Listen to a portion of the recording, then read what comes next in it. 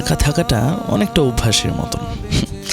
একা ঘুম থেকে ওঠা, একা মাটিতে পা ফেলা, কিংবা নিজের সাথে এক হয়ে যাওয়া। আমার একার জন্যই কিছু মুহূর্ত জমিয়ে রাখছি আজকাল। এক পৃথিবী লিখব বলে ঘর ছেড়ে সেই বেরিয়ে গেলাম।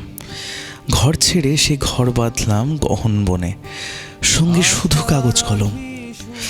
একাই থাকবো, একাই দুটো ফুটিয়ে খাবো, দু এক মুঠো ধুলোবালি। যখন যারা আসবে মনে তাদের লিখবো, লিখেই যাব।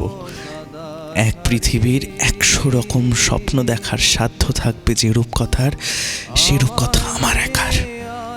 তাই তো দোলন চাপার মরশুমে ইতি টানা, পিছুটান কাটিয়ে হুশ করে উড়ে এসে নিজের সাথে ঘর বাঁধা। নিজেকে কতটা চিনেছি জানি না, শুধু জানি যখন আমার লেখবার হাত অসাড় হলো, মনে পড়ল সাল কি তারিখ, বছর কি মাস, সেসব হিসেবে আর ধরিনি। লেখার দিকে তাকিয়ে দেখি এক পৃথিবী লিখব বলে একটা খাতাও শেষ করিনি। তোমায় কে দিয়েছে নিকশ কালো রাতের জোগান।